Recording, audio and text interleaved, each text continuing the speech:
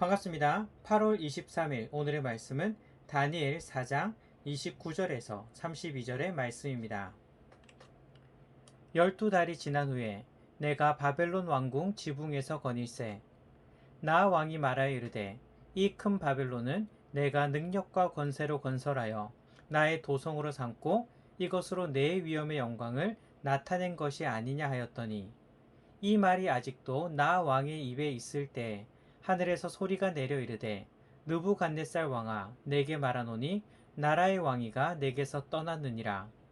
내가 사람에게서 쫓겨나서 들짐승과 함께 살면서 소처럼 풀을 먹을 것이요, 이와 같이 7대를 지내서 지극히 높으신 이가 사람의 나라를 다스리시며 자기의 뜻대로 그것을 누구에게든지 주시는 줄을 알기까지 이르리라 하더라. 아멘. 8월, 우리는 겸손의 품성을 훈련하고 있습니다. 겸손이란 하나님과 타인의 도움을 인정하는 것입니다. 오늘 함께 나눌 겸손의 실천 사항은 자랑하거나 우쭐대지 않는다는 것입니다. 이 한 달의 훈련을 통해서 얼마나 하나님께서 내 삶에 행하신 것들을 발견하고 감사했습니까? 또한 다른 사람이 나에게 베풀어준 은혜에 얼마나 감사했습니까? 혼자서 살아갈 수 없습니다. 내 삶에 이루어진 많은 일들도 나 혼자서 해낸 것이 아닙니다. 그것을 깨닫고 발견하며 감사하는 삶을 살아갑시다. 오늘 본문을 봅시다. 오늘 본문을 보면 바벨론 왕 느부갓네살이 등장합니다. 바벨론은 굉장한 강대국이었습니다. 한 시대를 풍미한 제국이라고 불릴 수 있을 정도였습니다. 시대마다 강대국들이 있습니다. 하지만 제국이라는 칭호는요, 강대국이라고 해서 다 붙일 수 있는 것은 아닙니다. 강대국 중에서도 그 시대를 주름 잡았던 엄청난 영향력을 끼친 나라들의 제국이라는 칭호를 붙이는 것입니다. 블레셋도 강대국이었지만 제국이라고 부르진 않습니다. 애굽마저도 굉장히 강한 나라였지만 제국이라고 부르진 않습니다. 그만큼 제국이라고 불릴 정도면 엄청난 나라입니다. 대표적인 제국으로 로마를 들 수 있겠죠. 오늘날은 미국 정도를 제국이라고 부를 수 있을 듯 합니다. 그런데 바벨론은요, 이 제국의 반열에 오른 나라입니다.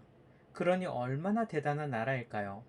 더구나 이 제국의 왕인 느부갓네살은 얼마나 엄청난 권력을 가지고 있었을까요? 그의 교만은 굉장했습니다. 오히려 이런 권력을 가지고 있으면서도 교만하지 않기가 더욱 어려울 것입니다. 29절 30절을 보면 이 느부갓네살 왕이 하루는 왕궁 지붕을 거닐면서 자신의 이 엄청난 제국을 바라봅니다. 그리고 한껏 교만에 취합니다. 바벨론 왕궁 지붕에서는 화려하게 장식된 여러 신전들이 보입니다. 또한 고대 세계 7대 불가사의 중 하나인 공중정원도 볼 수 있습니다. 그리고 말 4필이 끄는 병거가 서로 지나갈 수 있을 정도로 폭이 넓은 성의 외벽도 보입니다. 이러한 자신의 제국을 보면서, 그리고 바벨론이라는 온 세계를 두렵게 만드는 그 이름을 생각하면서 한껏 교만에 취해 있는 것입니다. 그리고는 우쭐합니다.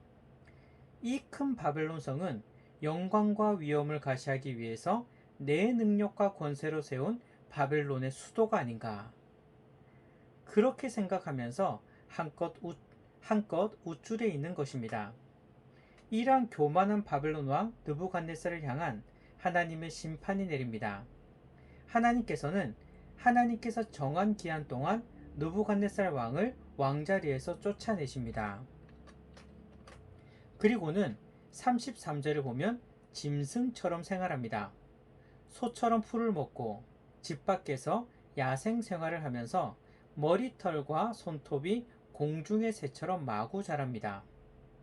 하나님은 이러한 징계를 통해서 무엇을 말씀하시고자 하는 것일까요?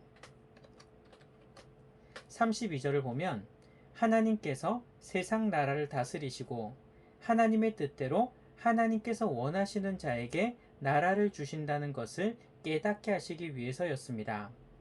바벨론도 마찬가지입니다.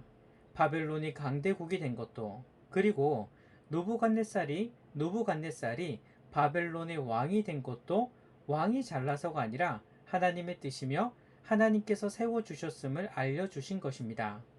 하나님의 정한 기한이 끝나고 누부갓네살 왕이 다시금 이성을 찾았을 때, 누부갓네살 왕은 하나님께서 세상 나라를 다스리신다는 것을 깨닫게 된 것입니다. 누부갓네살 왕은 하나님의 엄청난 회초리를 맞고 나서야 우쭐했던 자신을 반성하고 하나님 앞에서 겸손히 고개를 낮춘 것입니다. 사실 느부갓네살 왕이 위치에 있다면 겸손하기가 쉽지 않습니다. 아주 작은 나라의 왕도 겸손하기 쉽지 않은데 하물며 바벨론 제국의 왕인데 겸손하기가 쉽겠습니까? 제가 대학생 때였습니다. 서울에서 친구가 결혼을 해서 방문한 적이 있었습니다. 그때 서울의 한 큰 기업의 건물 안에 방문할 기회가 있었는데 이 건물을 보면서 문득 이런 생각이 들었습니다. 이 회사의 회장은 겸손하기가 쉽지 않겠다. 이 엄청난 규모의 기업의 회장이고 엄청난 힘이 있는데 이런 위치에서 겸손하기는 참 어렵겠다는 생각이 든 것입니다. 바벨론 왕은 이러한 대기업의 회장보다도 더욱 엄청난 권력 위에 있는 사람입니다. 그런데 겸손하기가 쉬울까요? 하지만 중요한 것은 그럼에도 겸손해야 한다는 것입니다. 교만해도 되는 이유란 없습니다. 하나님은 우리에게 겸손을 요구하십니다. 겸손할 수 있는 이유는 세상 나라를 하나님께서 다스리시고 이 엄청난 권력도 자신의 능력이 아니라 하나님께서 주신 것을 안다면 겸손할 수밖에 없는 것이죠.